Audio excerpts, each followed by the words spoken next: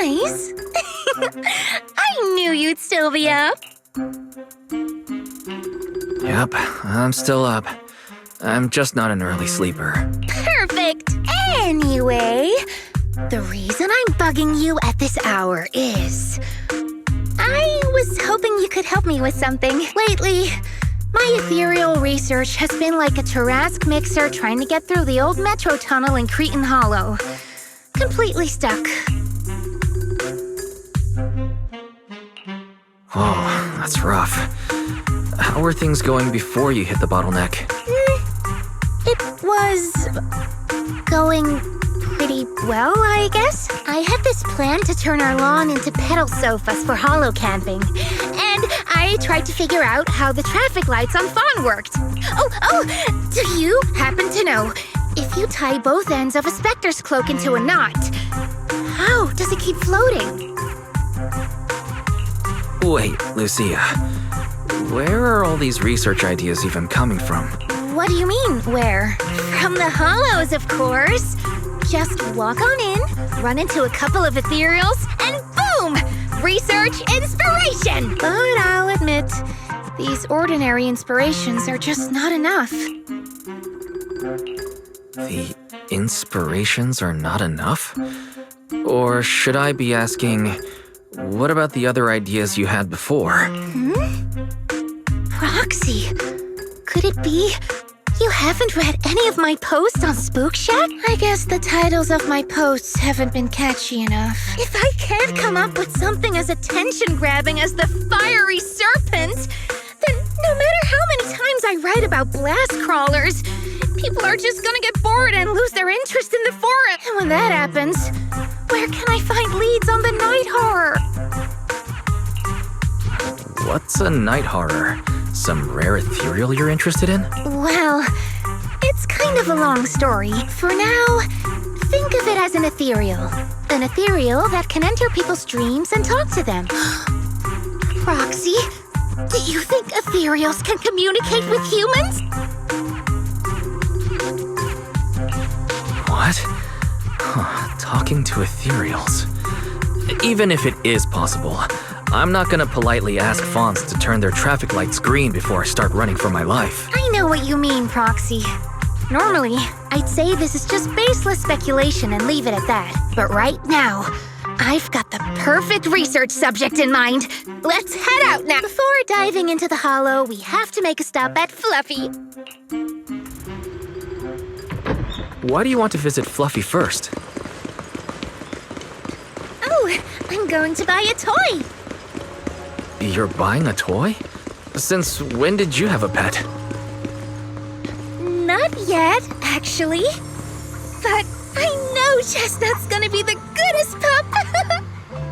I see. You're thinking of using the toy to get the puppy's attention. Yes!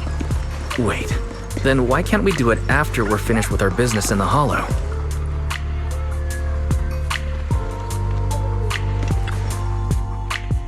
Hey there! Welcome in! Looking for something special today? If I want a little doggy to come up to me on her own, what should I get? Honestly, you don't need to buy anything to get close to a pup. Genuine kindness, some patience, and a little passion. That's all it takes to win a puppy's heart. It's true! Well, if Fluffy's shopkeeper says so, then it's gotta be true. Plus, Karen herself is... yeah, I trust her. No. I'm not saying I don't believe it. It's just... Chestnut's a very particular little pup. I understand. I've met lots of special needs pups. Some were abandoned, some have been on their own since they were born. If you want to get... let me think. What about this? A brand new line of treats for puppies! I packed it with all sorts of delicious jerky. They're super yummy. No pup can resist it.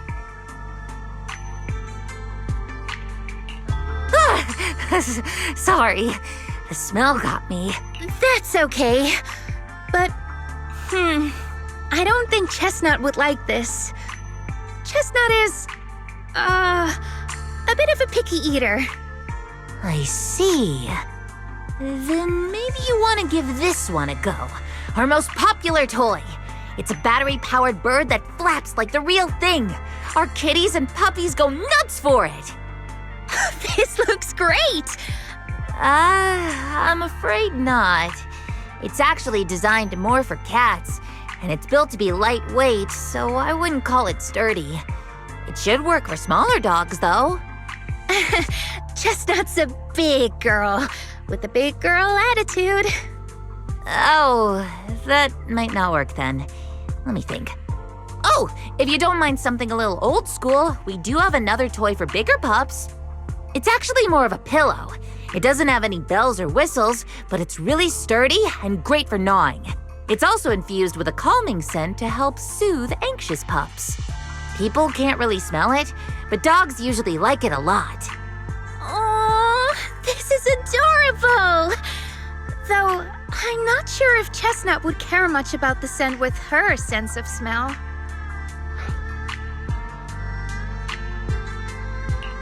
Based on what you said, Lucia, Chestnut is a big girl who doesn't eat much, has a weak sense of smell, and a bit of a temper? That sounds a little weird. What's weird about that? Every puppy's different. Chestnut's just got her own little quirks. I'll take this one, please.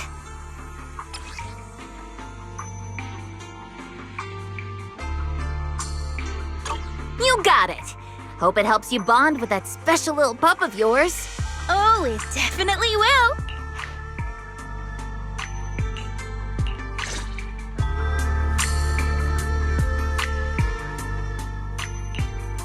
My dream seems to have become a reality. Eradicate all evil.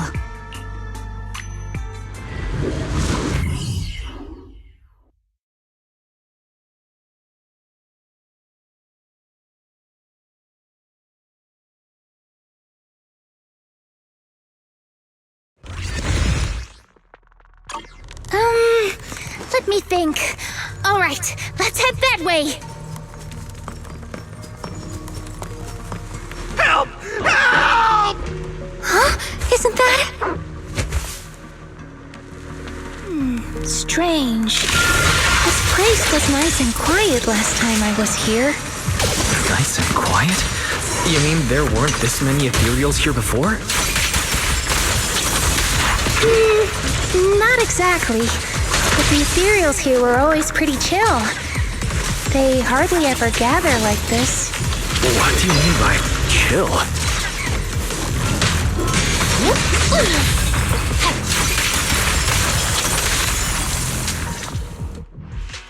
Thank goodness you guys are here. I was this close to being killed. That sneaky little hottie totally set me up. Huh? Which hottie are you talking about? Among the pack of ethereals that surrounded you, I didn't see any. Oh, maybe you didn't see it. There was a smaller hottie, just about waist high. That one right there. It lured me all the way here and got me ambushed by all those ethereals. Never heard of anything like that before. An ethereal pulling tricks on people? How did it trick you? It ran ahead like it wanted me to chase it, you know? That's pretty weird. It's not that weird. You young folks shouldn't underestimate how crafty those things can be. No, I mean, you are pretty weird, mister. In the Hollow, most people run away from ethereals. That little hottie from earlier, if you want to dodge it, it'd be easier than a Thanatos dodging a blast crawler. Why did you even chase it? I didn't chase it. Look, I was minding my own business in the Hollow, and that hottie ran at me out of the blue, with a whole pack of ethereals behind it to ambush me. Now that's interesting. I've only heard of symbiotic ethereals in Hollow Zero being able to command other ethereals. Maybe that little hottie has what it takes to be the next Nineveh. I don't get what you're on about. You run into ethereals in the Hollow, you eliminate them. That's just the way it is. Instead of taking down that ethereal, you're now blaming me? That is just absurd.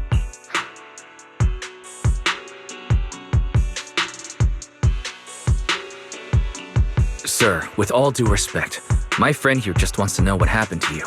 Plus, she just saved your life. Now really isn't the time to point fingers, is it? You!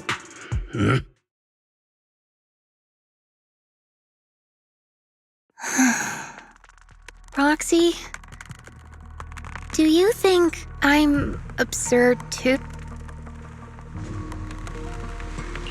No, I'm sure you have your reasons. Ethereals are dangerous, sure, but strangers can be worse. That guy was definitely hiding something. It's smart to be cautious. Ah! I knew it! Wise, we're totally in sync. Like how Ahriman and Spectre always find each other in the dark. Plus, that investigator earlier was quite the weird one. I mean, that's the first time I've ever heard anyone accuse Chestnut of hurting someone.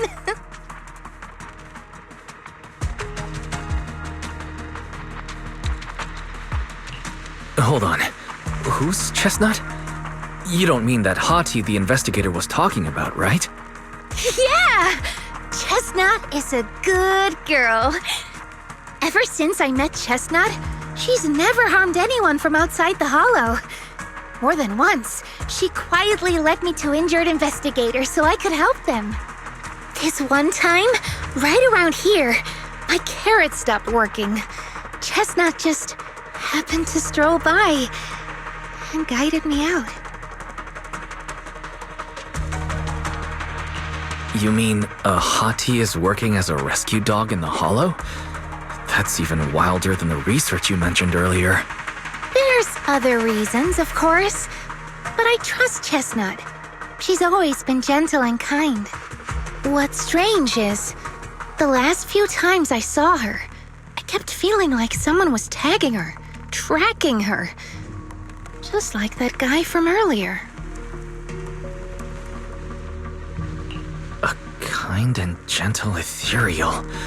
I need a second to process it. Those other reasons must be really important.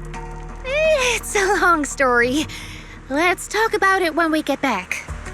Ugh, and thanks to that weirdo earlier, I didn't even get the chance to give Chestnut the toy I picked out. Let's look around a bit more. Maybe she's still nearby. I think Chestnut went that way. Let's go take a look.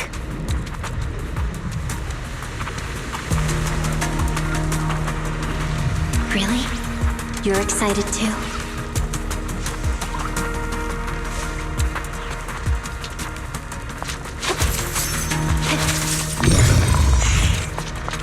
I am ready.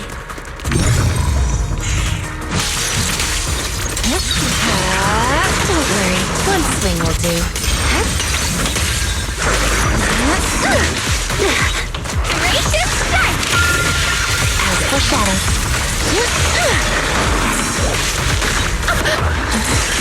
My blade strikes. It's over. Wanna play a game? Not later,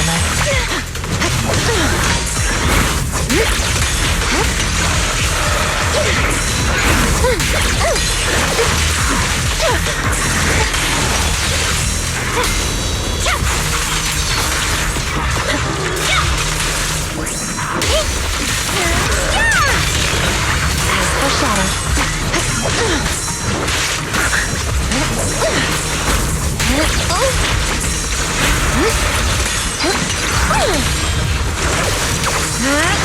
The ending's already lit fire.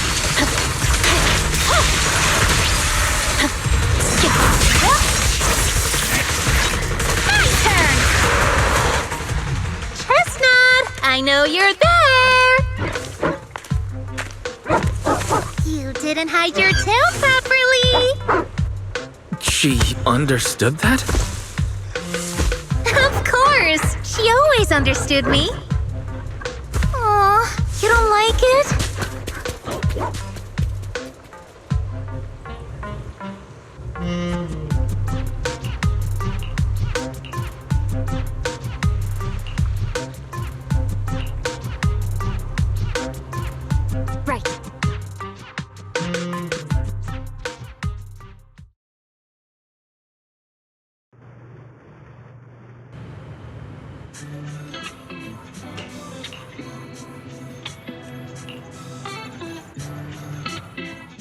Aww.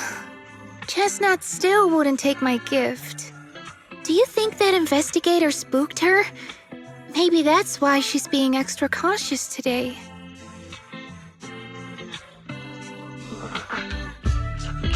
Yeah. By the way, how did you meet Chestnut? Well, it has something to do with the night horror legend from my tribe. Long story short, Chestnut is a gift the night horror sent me in a dream. I think I remember you mentioning the night horror, but you never said it sent you a gift. Can you tell me more about it? You already know I'm one of the night watchers out on the fringes of New Eridu. We rest during the day, and we're active at night. The stories say that long ago, our ancestors fought a powerful ethereal. The battle lasted for days, and just before it fell, it released a final surge of power. Ever since then, it's haunted our dreams. Sometimes, when our people fall asleep at night, they dream of the night horror. And in their sleep, they walk straight into the hollow, drawn to its call. Just before the ether consumes them, before they become ethereals, they regain clarity for just a fleeting moment. Over time, we've come to realize that the more people who fall asleep, the stronger it becomes. What a terrifying curse. Is there anything you can do to break it? No. That's why we moved to the outskirts of the city and stopped sleeping at night altogether. If we must rest, someone always stays awake to keep watch. The strange thing is, the night horror left more than just a curse. In the hollows, ethereals don't attack us. They see us like we're one of them. And this staff? It's the only weapon left from when our ancestors fought the night horror. It lets me mimic ethereal abilities. The chieftain said I was the most gifted of the younger generation. Or something like that. I'm still not sure what made him decide that. But he gave this staff to me. Being seen as one of the ethereals and copying their moves. If all these weird powers are gifts from the night horror, then what about Chestnut? Oh, Chestnut. It was a night not long ago. Granny was keeping watch for me. She was telling me stories of the night horror, how it's both feared and revered by our people. She even described the night horror she saw in her dreams. Just like everyone else said, a stunningly beautiful ethereal, almost godlike. That night, I dreamed of the night horror's gaze. It was looking at me. And in front of me, there was a little hottie. It looked tired, like it had been through a big fight.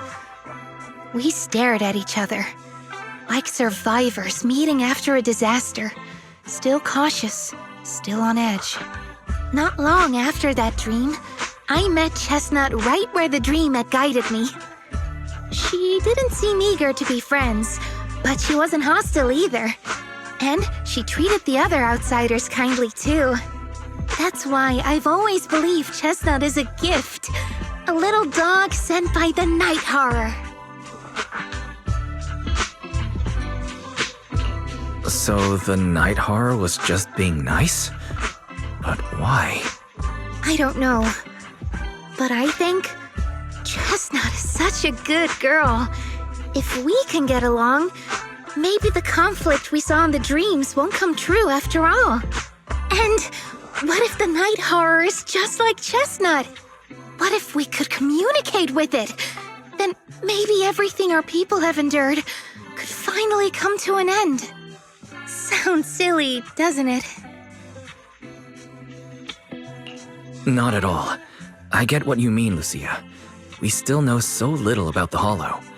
I think your thoughts are worth exploring. Even among my own people, no one really believes me. except for Ade and Granny.